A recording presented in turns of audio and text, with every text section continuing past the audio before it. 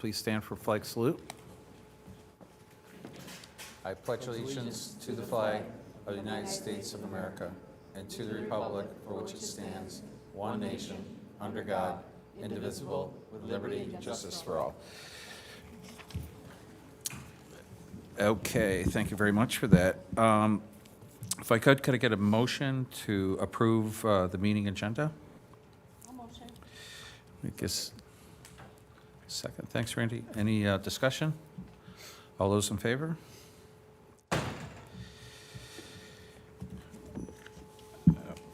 Okay, I will make a motion that we move into the public hearing portion of the board meeting. Can I get a second? I'll second. Any discussion? All those in favor? Okay, I'll turn it over to Tom and Maureen. Maureen, go ahead. Okay. So tonight is our required annual budget public hearing.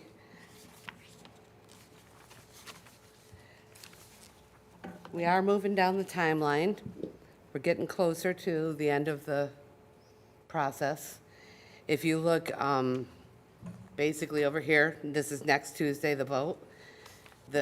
The mailings, the budget notice is gone out, and this is, we're holding our public hearing right here between 7 and 14 days before the vote. There's a lot of New York State requirements that go with a public hearing. We have to present our budget to the voters for approval. We have to do it on the third Tuesday in May. Budgets must be prepared in 3 categories. We have to hold tonight's public hearing. Board of Education vacancies are also filled during this budget process. And you can read the rest of the requirements as you go down through. All of these items are on the back table for anybody that does not have internet, but they're also available all on our website. And you don't have to kill a tree printing them all out. This is the actual only piece that's required. And they make it so complicated that we try to put a budget newsletter around it to highlight some of the items that are really important, because this actual district budget notice is really hard to comprehend. So I go through and try to give it a little more context. These are our budget revenues and the changes in each of the revenues. We only have 2 sources of revenues. We have state aid and the tax levy. We are applying $3 million of fund balance, and we get about $5 million in other various little revenues. It's up $5.3 million from the year that we're in right now. And these are the categories that we normally discuss our revenues in, and these are the categories that are prescribed by the comptroller's office. And the same with the expenses. These are the 6 categories that we always discuss and we've been dealing with for the last year. It's a balanced budget that needs to be proposed. It's, again, going up $5.3 million and change. And you can see the various increases. And as I always say, salary and benefits make up almost 75% of the totals and the increases. Now, this is the 3 category requirement that we have to put our budget notice out in. It's the same numbers, the same totals, the same dollar changes, but this is in program expenses, administrative expenses, and capital expenses. I try to divvy it up so you can kind of see where the money goes. Obviously, 75% of it is our program. The capital is 16%, which is basically the custodial grounds and our debt service, and which is essentially like a mortgage for any capital projects that we've done. And 9% of it is the admin budget.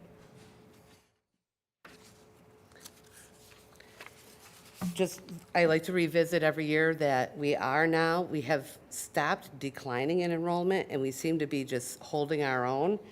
This is an enrollment trend that's based on birth rates. So there is no factor in here for the potential of what Micron could do to us in the future. And at this point, there isn't really any good idea of how to project anything yet. We'll be getting there, I'm sure, in the next couple of years. Some highlights that I want to go over so that everybody understands. This budget, the main what do you want to say? Our main goal is to keep the positions and the programs in place that we've added and upgraded over the last couple of years. We've had COVID money, so it's been nice. We've been doing a lot of extras, and we have extras going in. So there are no additions, and the goal is basically to maintain and hold on to the progress that we've made. The increase is 5.41%. The tax levy increase, 6.86%. And remember, the tax levy is only one piece of a three-part tax rate computation. We'll get into that sooner in a little bit. It includes interfund transfer from debt service, which is a one-time revenue source, as well as health insurance is a one-time revenue source. Also, liquidation of our non-spendable fund is another one-shot revenue source. So these we're using along with going to the tax levy limit so that we can keep everything that we have in place. As you know, a lot of districts are cutting because the revenues are down, the stimulus money is gone, and state aid for the bulk of the districts is at 2%. Well, let me just jump in real quick, right? This is your presentation, but the one thing that I want to be able to say is there are districts that are making cuts. And again, kudos to conversations with a previous board, which many of these board members were on, way back when we were a minimum premium, which is really close to being self-insured. The problem with being self-insured is it's really hard to do long-term planning. You could get some serious cases from some staff members that could then shift it, and then all of a sudden, it's not a 6% increase. Some districts are facing right now a 30% increase to their health costs. That's astronomical for everybody, right? So Maureen did a wonderful job. It was right a year after I came to the district that we made that shift. So for long-range planning, that's big. The only other thing I want to touch on was that there was an article, and I want to be able to say this right now because now they've done a complete 180. So it was on NPR out of Newhouse at Syracuse. They've now rescinded. So their original article was just full of misinformation. I was shocked. I've never seen the media do something like that, especially without a call or an email to check their stats. Now, if you click on it, it basically says correction, WAER.org previously reported erroneous details of the Central Square School budget. So I'm glad that they did that. But unfortunately, there are community members that read stuff and then got posted to forums with misinformation. So they want to make it right. They want me, I'm going to do a live interview tomorrow. And again, some of the things that she talks about, yes, a 6.86% increase. For a $200,000 house, it equates to about $182. We went 2 straight years without raising taxes at all. And the majority of the other times, we only went half as far. Why were we able to do that? And all I want to be able to say, and I want people, if the one thing people can remember when they leave here, it's because we used to get anywhere between 4 and 5% in state aid. That equates to about $60 million. So when they say now Central Square is only getting a 2%, because clearly you're not financially hurting because you went 2 straight years without raising taxes. It's like my grandfather used to always say, no good deed goes undone, right? So we did not hit the taxpayers during COVID. We knew that there were people being furloughed and whatnot, but it did hurt us because we left about $5 million on the table. And so with the state not giving us that money, Maureen's dead on right. There's only 2 ways districts have revenue, and that's state aid and that's property tax. There are districts like Skaneateles, they don't need state aid. Because if you just look at the houses around Skaneateles Lake, it's $3 billion with a B. We don't have a Skaneateles Lake here that generates that, so we rely on state aid. So when the aid comes back, we won't have to go to the cap again. But that's just a result of many years of not going to the cap. We want to keep police officers in our schools. We want to keep counselors in our schools. We want to keep the 26-plus college courses and all the other things that Mateo's actually done a great job presenting on throughout the year. We want to be able to keep those things. They're so vitally important. Plus, we want to be able to continue to be competitive with the wages. We see a lot of people in transportation. I put that contract ahead of any of the contracts that are out there. Some school districts are constantly canceling after-school activities because they don't have the drivers, because those drivers have to work 29 hours a week to get the lion's share of health benefits when ours are at 22. So those are things behind the scenes So again, Maureen, I just want to just publicly thank you. I'm going to let you continue, but you've done an amazing job over the years with the budget, long before I even came here. Continue. Thank you. So I just want to highlight, this is page 2 of our budget document that's on the table. These are those 3 one-shot, one-time revenues that we are adding into this year's revenues so that we can keep everything that we have. And on the budget document, the first page, that's where the tax levy increase shows, the 6.86%. And I want to talk about that for a moment. So a tax rate, which is how we're billed, is based on 3 parts. One is the tax levy, which is what the school district can control. And the other part is the town assessments, which is controlled by the town assessors. And then there's a New York State equalization rate that's controlled by real property tax of the state of New York. So the tax levy is the total amount raised each year from the property district owners in our district. The rate is calculated by taking the total levy and dividing it across the total assessed value. So tax rates effectively change in all the municipalities based on the assessments.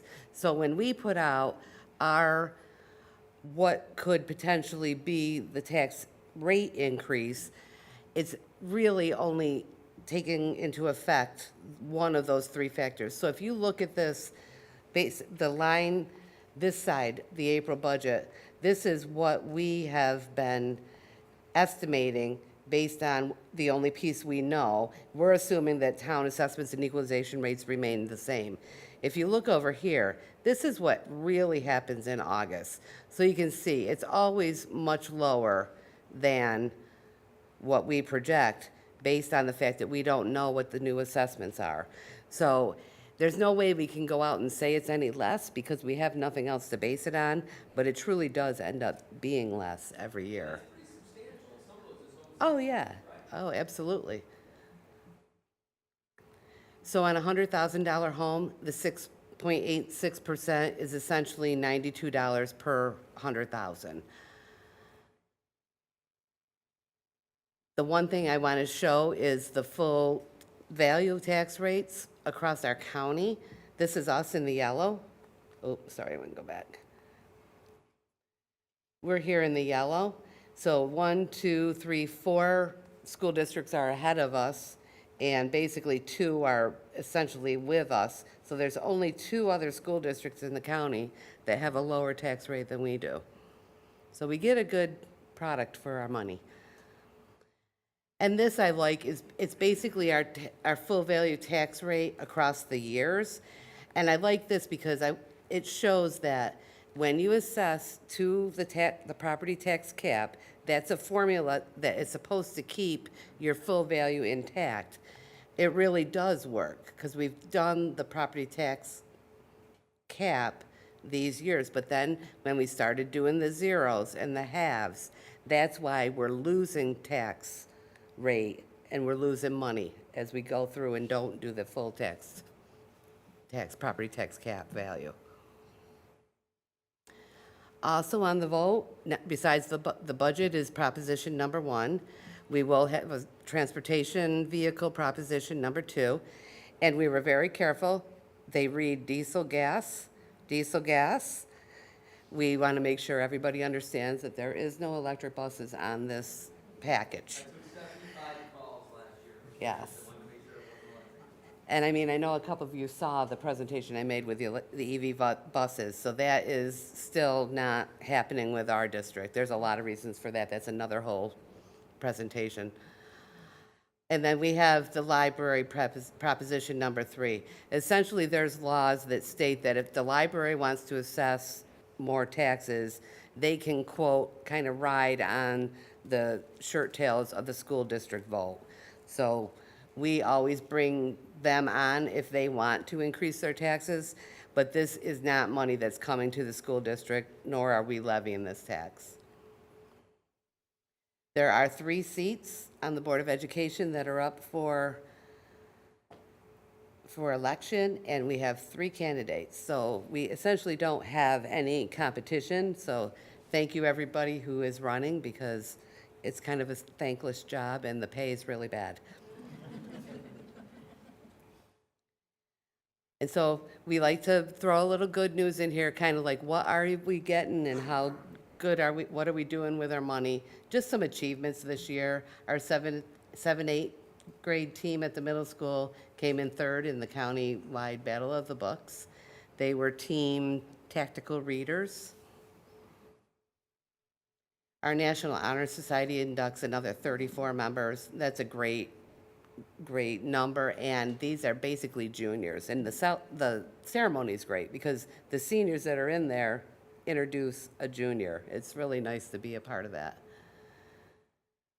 The DECA went to state competition. They really always do great in their competitions. Yep. Yeah, they haven't, have they gone yet? They're going now. They just went, okay. Drama Club Productions, we had All Chime In, Shuffling, and Hadestown. And these, I mean, a lot of community members come out for them. They're great productions. Our middle school 6th graders brought together like a live Greek museum. It was one of their ELA, what do you want to say, activities. It was a really fun day over there. These kids are doing great. Our athletic departments have really notable achievements. Aubrey Green and Charlie Raymond are track state champions. The varsity flag football is the first time out this year. There's 35 girls that are having I've heard they're having a great time, and it's going really well. Music is another one of our big activities. The Wind Ensemble concert was great. It was Music of the Month School. And they always do a night at musical theater, the Cabaret, which that's a night that has all sorts of arts activities here. And they even, the artists, the various sculpture, jewelry, painting, they all sell, like they auction their items for a scholarship, which is really cool. The class of 25 senior has a national accommodation. It is Abigail Sundit, and this is a huge accommodation recommended from the 25 National Merit Scholarship Program. She also is our valedictorian. She is? Yep, her mom was a board member a couple years back. I didn't know if it's been announced yet or not. Okay. I didn't want to say anything. So remember, every vote counts. Every vote counts. Next Tuesday. Well, if I could just quickly underscore that 25,000 eligible people, and when I went around, was I in your class? You brought a lot of people. I don't think I was in New York. I went to all the participation government classes, and I said, you'll win a bag of canes, and then all their ears broke up. And I said, there's 25,000 eligible voters. How many people do you think voted in the last election? 10,000, 12,000, 7,000. And when I told them 740, they couldn't believe it. And then I told them the year before, 430. They couldn't believe it. And especially, see, it's an easy sell to them because they're in the band, they're playing sports, they're in BOCES. When I came to the district, we were capped, sending only 75 kids to BOCES. That's their job. That's their dream, right? They want to be an electrician, they want to be a nurse, they want to be. These are jobs that are now starting $85,000 when Mike and I comes to be a technician. We capped it. We're sending 175 there now, right? And so we have 26 college courses. These kids are able to graduate with an associate degree from Central Square. So it's an easy sell for them to say, oh my God, yes, I'm 18, I want to vote. It's so important that our community understands that across the board in all school districts in New York State, it's down 45%. People just know that there's a tax cap levy and we're not going above it. And so they just think, yeah, it'll pass. We need. Thank you. Is there any questions from anybody? Yeah, at this time, we'll open it up for the public. Is there anybody from the public that would like to speak? Okay, thank you. I'll make a motion that we close the public hearing. Can I get a second? I'll second. Any discussion? All those in favor? Okay, on to our regular meeting. I got to make a motion for it? I'll make a motion to open the regular meeting. Can I get a second? Brian? Any discussion? All those in favor? Thank you.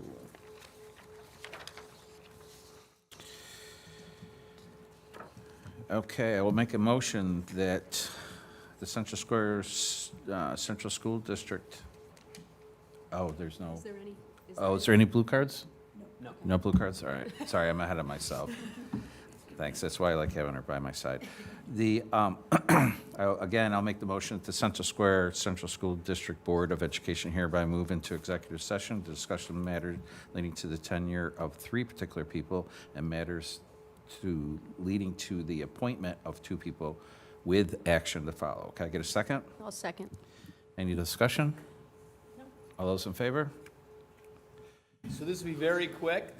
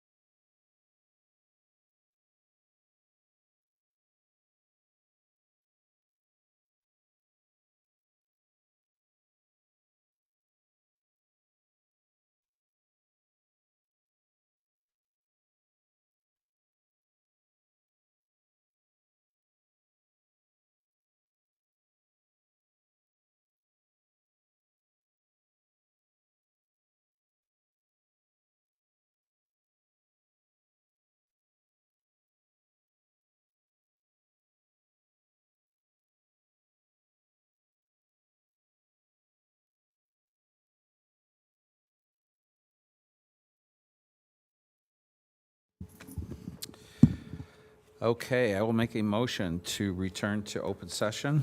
Can I get I'll a second? second. Any discussion? All those in favor? Okay, I will make a motion for a recommended resolution that the Central Square School District Board of Education approves to extend the time of Alexa Borelli probationary period to September 1st, 2026. Can I get a second? I'll second. Any discussion? All those in favor? And I will make a motion, recommended resolution, that the Central Square School District Board of Education approves to extend the time of Robert Enzaleco's probationary period to September 1st, 2026. Can I get a second? I'll second. Any discussion? All those in favor? Okay, thank you very much for that. Can I get a motion for item E in its entirety? I'll motion. Any discussion? All those in favor? Okay. Yeah, go ahead. So if I can have Jason Fellows stand up. Jason Fellows, as of tomorrow, will take over the reins as the Director of Transportation. He started here when he was 21 years old, rose through the ranks. We're extremely proud and we're thrilled for you to have this position. And I love to see so many people from the Transportation Department here to cheer you on. So congratulations.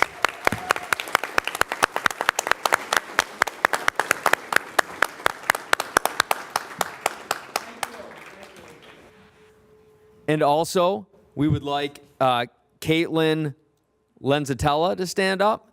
Caitlin is going to be our new Assistant Director for Special Education, or as we say, Pupil Personnel Services. She is coming to us from the Baldwinsville District with a great background in special education, and we're really excited for her to join the team. Congratulations.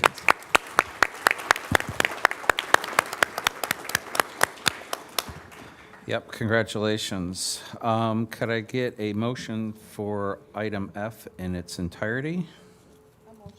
I'll second. Any discussion? All those in favor? Okay, thank you for that. And on to reports. Mateo.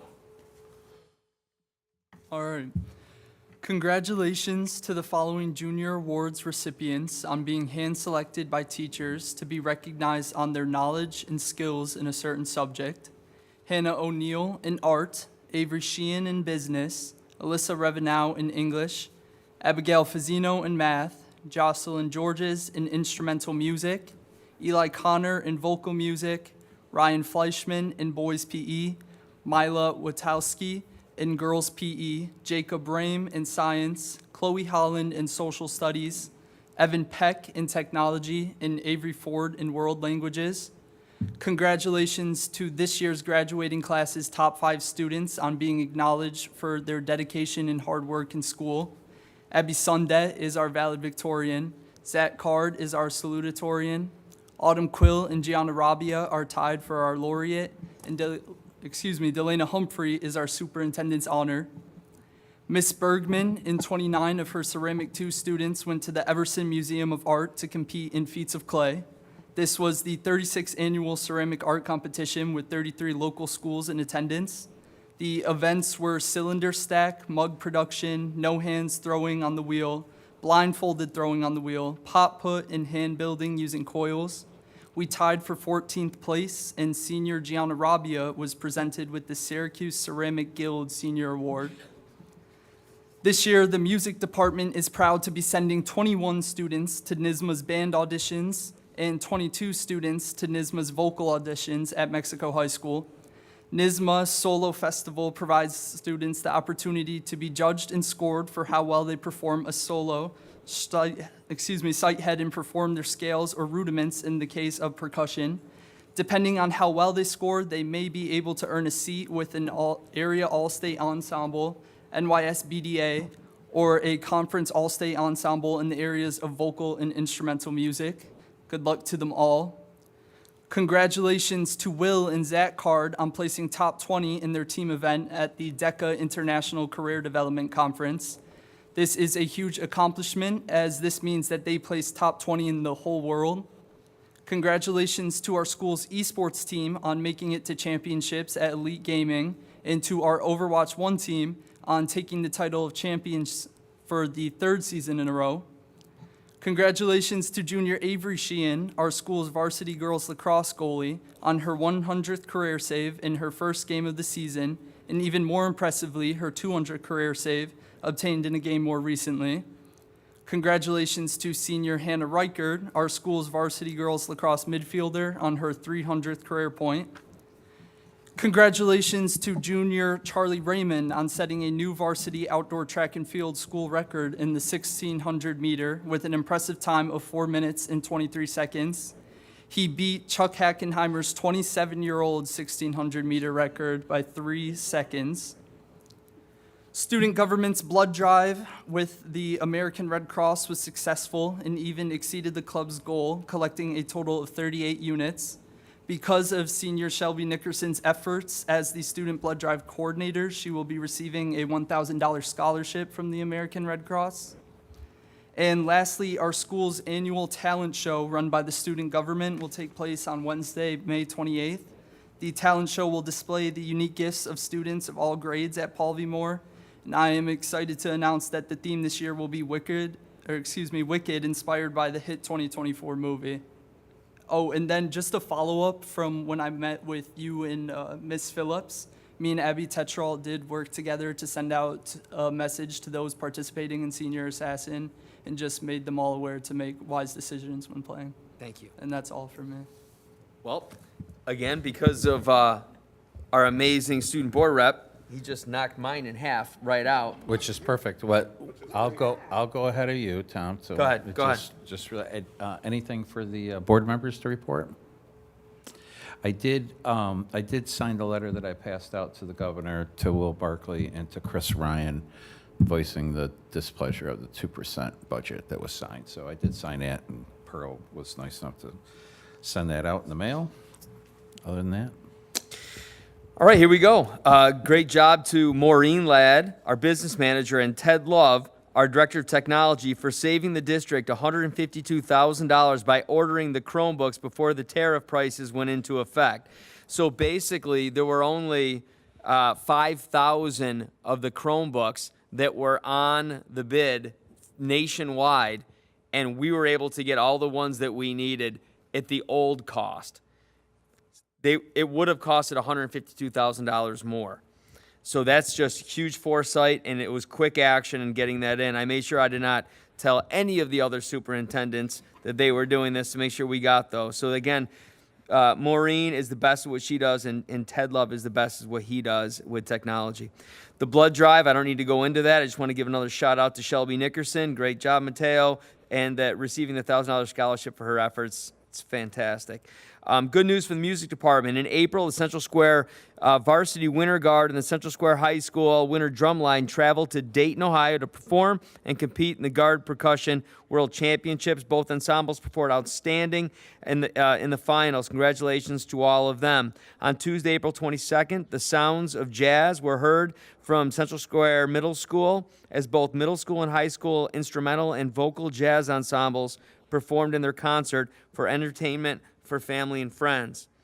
The OCMEA Choral Festival, congratulations to the following high school students who earned a seat in the April 25-26 OCMEA Choral Festival Senior High School Awards that took place at APW. Grace Myers, Madigan Murphy, Marilyn Pooley, Hannah Foster, Madison Helvey, Jackson Morey,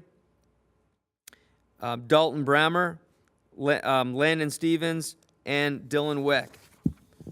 Congratulations to Eli Connor, who represented Paul V. Moore High School and the Central Square School District in the 2025 Eastern Division Conference and All Eastern Honors Ensembles Convention and Concert that took place on April 24. On April 25, Eli earned a seat among selected students from 13 Eastern states who were selected based on their NYSSMA auditions. On April 24, the Paul V. Moore High School Music Department performed cabaret style at the high school gymnasium to assist in fundraising efforts for deserving senior instrumental and vocal music department seniors. The following awards will be presented at the end of the year concerts, and the recipients will be listed in the 2025 graduation program. 8 students from Paul V. Moore High School DECA chapter attended the International DECA Emerging Leaders and Entrepreneurs Conference from April 26th to April 30th in Orlando, Florida. They competed against approximately 26,000 students from around the world. Again, huge shout out to these students: Zachary Card, William Card, Cadence Graham, Emma Lacey, Andrew Card, Andrew Lands, Chloe Sheehan, and Every Sheehan. Zach Card and William Card were top 20 finalists and advanced to the final round. I was at Feats of Clay. The students were amazing. I was really happy. 3 days after that, they came down to my office with a big frame picture that they had taken from the event. And again, we talk about the budget. We couldn't do all the things that we do, whether it's what you see on the border there with DECA, whether you see all the students competing in Feats of Clay, all of the kids that are in bands. Over 500 of our students are in band and music.